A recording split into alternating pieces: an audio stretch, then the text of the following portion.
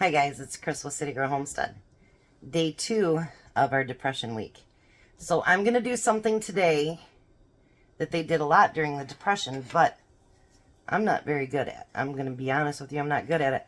So we're going to try. I mean, what's the worst thing that happens? We fail. Happens all the time. So I'm going to make a depression biscuit. It's called Grandma's Biscuits, and I'm going to try them. So, as long as my recipe stays up there, I'm going to bring you down here. And these are the little silicone sheets that my daughter-in-law got. It doesn't quite fill the pan, but close enough, and so we're going to use them. And I appreciate that, Courtney. They really are supportive of my channel, and I think that's great, because they know that I really, really do want to make this happen. Alright, so we're going to start out with 2 cups of flour.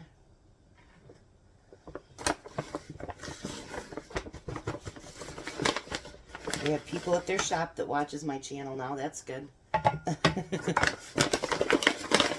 filled up my flour container, and I still have a little bit left, so I'll use from there before I use up my container.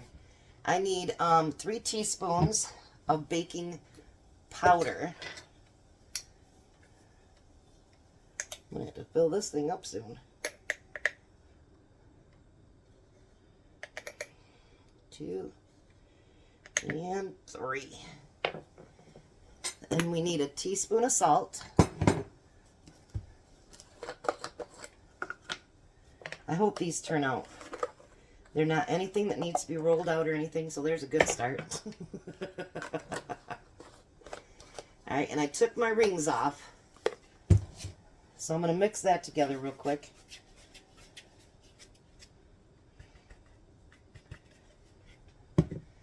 Because I do remember my grandma, every time she made biscuits or anything, she got her hands right in there. Pie mixes, anything.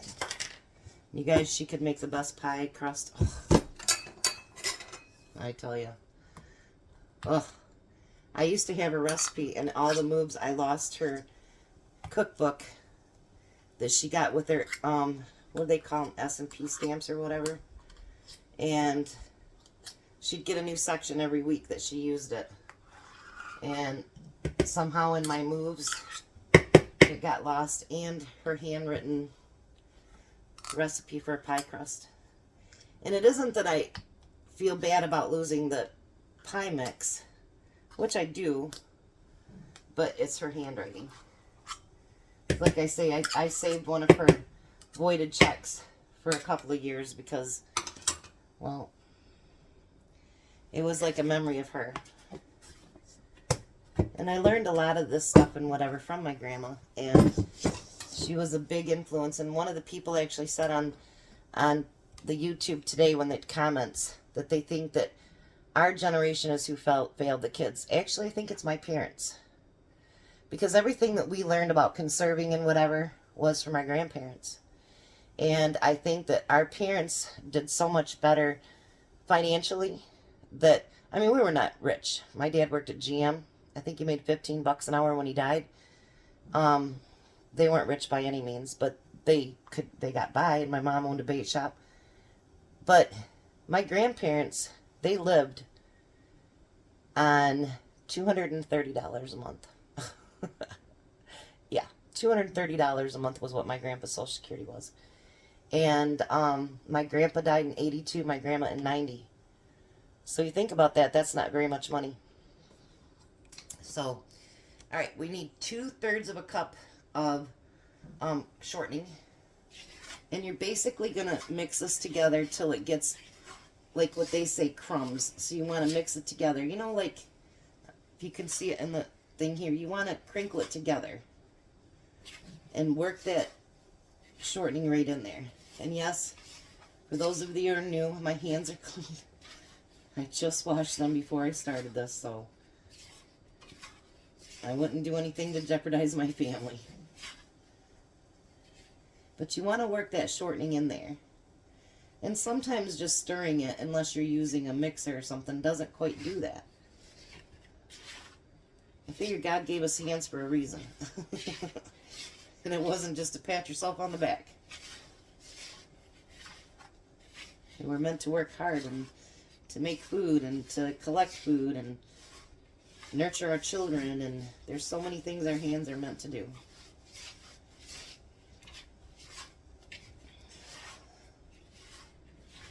You know, you ever look at an old farmer's hands? I grew up in farm country, and I'll tell you, they're old and they're crinkly even when they're young. Because they really work those hands a lot. Alright, so now we need 2/3 cup of milk.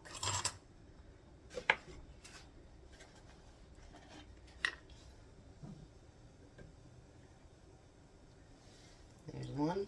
I just got it on my thing here. And 2. I tell you, I'm a messy cook. Very messy. But that's alright. Somebody's got to do it. Now you want to get all that mixed in together.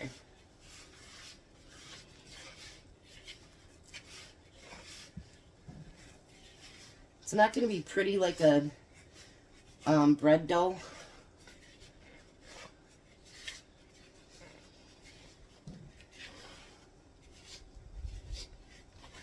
And then you can work all that into it too. I'm not using both hands because I want you guys to be able to see what I'm doing, hopefully. Alright, hold on one second. You put it in front of me and mix really, really good.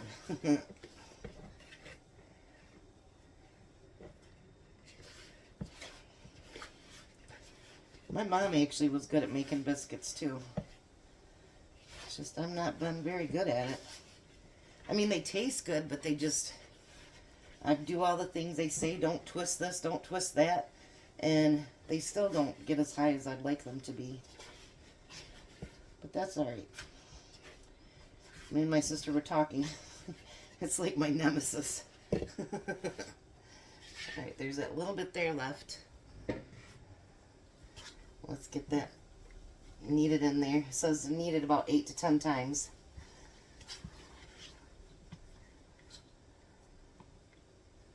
I've gotten the bread thing down. Well, I'm not perfect, but it's better than I was in the beginning. And I can actually make cinnamon rolls and all that stuff now, so I guess that's good. We all have that thing in gravy, you know. So now it says just to smash it out into like a 10 by 4 piece of dough. You're not rolling it, nothing like that. You're just pushing it out. I guess I don't know what 10 by 4 was, and I'm not really getting a measuring tape to do it, so couldn't do it anyway. Tom's measuring tape, it's in the truck. So I'm going to square it off just a little bit. I don't know if that's 10 inches, but let's pretend it is. And I can't find my metal cutter, so I'm going to cut down here. It says it makes 10 biscuits. And you know what? I forgot to flour it. But it's coming up. And then we're just going to put them on our tray. On an ungreased tray, it says.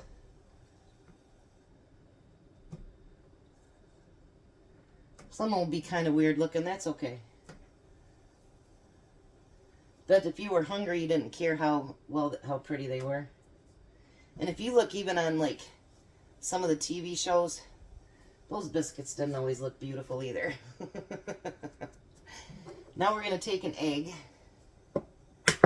And this is something I don't ever usually do either. But I'll do it because it says so. You're going to whisk it up really, really good.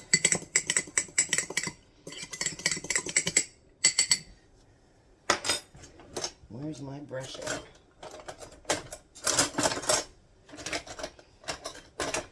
Tom always takes care of all of the dishes.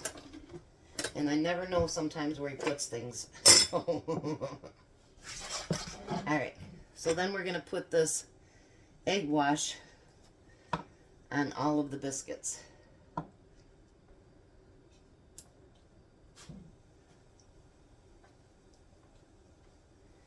I know my late father-in-law, he used to love to do egg wash on all of his pies and stuff. And they always turned out beautiful. I just never was an egg wash person. Butter or plain, I was fine. But never been a really egg wash person.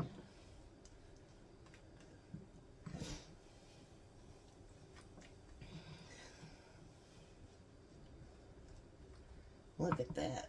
I think they're going to be beautiful. You want your oven at 450, and you're going to cook them 8 to 10 minutes. I think they're covered good enough. Alright, so I'm going to let them cook 8 to 10 minutes, and I'll be back. Guess what? Guess what? Look at them. They actually even thickened up. I did it. I did it. Look at that. They're hot out of the oven, but look at that. I defeated you. I looked in there and I'm like, I did it, I did it, I did it. I do get excited when I make something succeed. All right, so there's only one other prep thing that needs to be done today before Jack gets here. And that is hot dogs. You thought we were done with those things, huh? We're just going to put them in the coin shape. And we're going to chop up a whole package of hot dogs per person. And hot dogs became very, very famous during this time because they were so cheap. And you could give meat to your family. And tell you something else that became very famous was Kraft macaroni and cheese. Would you have ever thought? Anything that, you know, back then that they would have eaten that's very, very cheap. We kind of do that now too, don't we? Except for, if you need to be really cheap, it certainly isn't Kraft that you're buying. It's unbranded. Because Kraft has gotten really, really expensive. Not that it isn't awesome, but it's really expensive. So, I'm going to finish chopping this one. Which that finished that one. And I'm going to chop one more. And then that's the prep for today. Wow, that was a whole lot. But you guys, my biscuits turned out. I am so proud right now. I know that's stupid, but they turned out. Should we take a little bite? Nobody will know. Alright, let's try a little bit. Shh, don't tell anybody.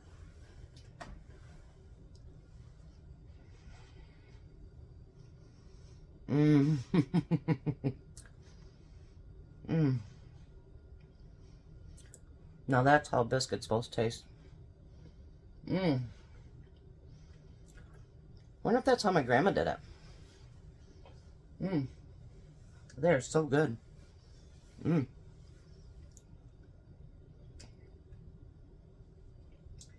I have found my biscuit recipe.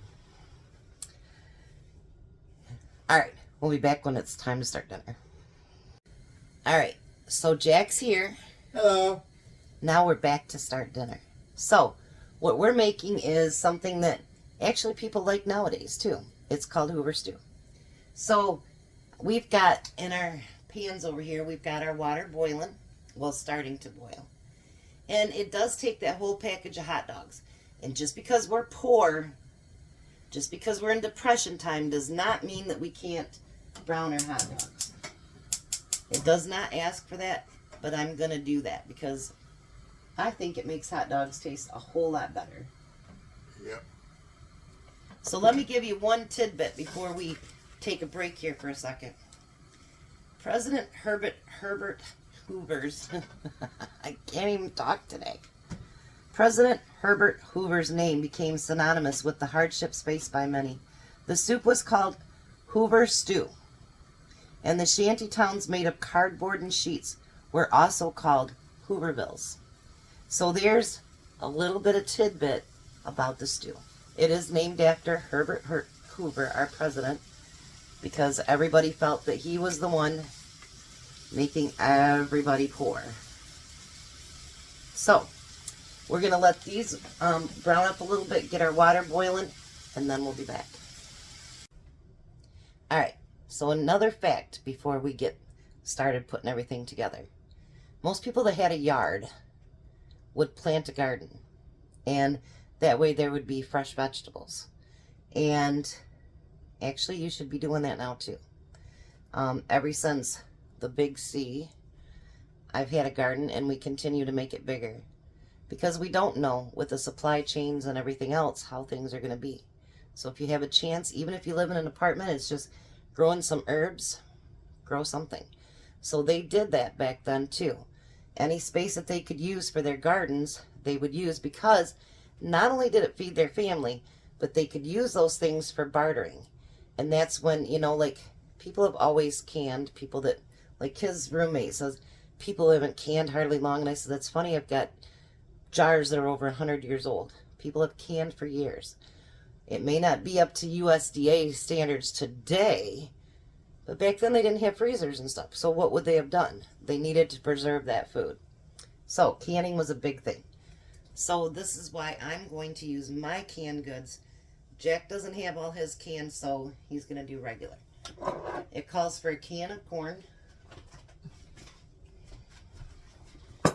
And it calls for 2 cans of diced tomatoes. These are 32 ounces, so it's like 2 15-ounce cans. I'm going to put my hot dogs back in there. Then it asks for a can of beans, not drained. So I have my white beans here, so I'm going to use half of them, which would be a 15-ounce can, and I'll give the other half to Jack.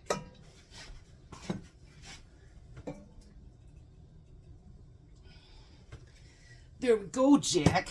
Mm-hmm.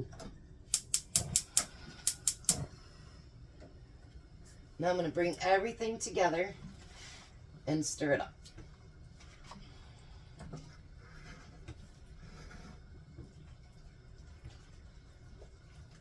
Look at that, Jack. Actually looks really good, doesn't it? Yeah.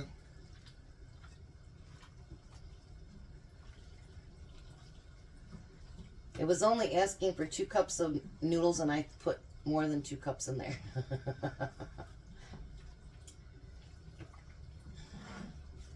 So in all actuality, mine could use a little bit more tomatoes. So I might do that actually. But anyways, so let me bring you down here so you can see what it looks like. And we're going to let that heat up. So, a couple more tidbits here. Alright, so one of the biggest Hoover bills was built in St. Louis in 1930. It even had its own mayor and churches. It was funded by private donors until 1936. And what was the hit song of 1932? Want to know? It was Bing Crosby's Brother Can You Spare a Dime? Bing Crosby, you know, he was a good singer, and so for those of us that are older, we probably remember him. Some of the young kids, probably not so much. And then the average family income dropped from $2,300 a year to $1,500. And you know, if you think about it, it seems like not a lot of money right now, you know, because there's, you know, a lot of people that, I mean, Jack gets, what, $900 a month from SSI. You figure an $800 drop, how do you feed your family? I mean, that is a big drop. So, that's why people were having such a hard time. Now I'm going to add some salt and pepper to mine.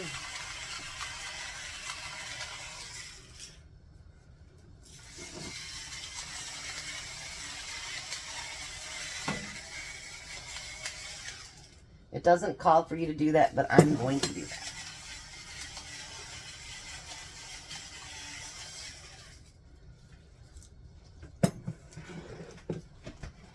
I seen that, Jack. What? Nothing, you were sneaking it back in. See how he is. Alrighty. It's not hot, but we can still taste it, Jack. I think it looks pretty darn good. Yep. Spoon. I want to get some of the hot dog in there. All right, you ready? Mmm. Not very good. That is pretty good. Mmm. Mmm. That is actually one recipe that even through the Depression, everything, people still make it. Because it is really good, actually. I like that one. Yep. So what do you think so far, Jack? So far, everything's good. Him and Missy ate the crap out of that stuff. They even took our leftovers. And Tom had seconds. And Tom does not like cabbage. So yesterday's was really, really good. So let me know in the comments below what you're thinking about the week. Do you guys like the tidbits? Do you like the recipes? You know, let me know. In the meantime, Jack's going to go home and feed Missy. And Bye. I'll be back when Tom gets there so he can test everything. So there's Tom's dinner, his biscuit and his Hoover stew. It was named after President Hoover. And I think it would be tasty even without meat if you didn't have money for meat. Yeah. Here's one without any meat. I'll try it out.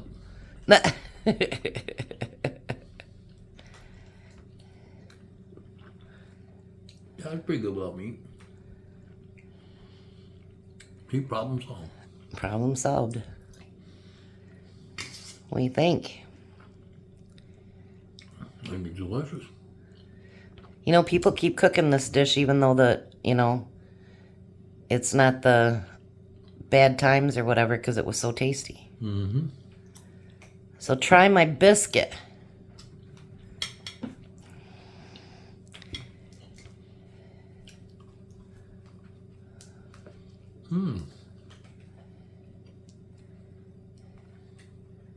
What do you think? It's good. Better than my other ones, huh? Mm-hmm. And it was an easier recipe, and it's from the Depression. So what are you thinking so far of the Depression food? So far, I ain't been unhappy about it. And did that one from yesterday warm up really good for work? Yeah. Was it still good? Mm-hmm. And I told him you took a second serving even though you're not a cabbage lover.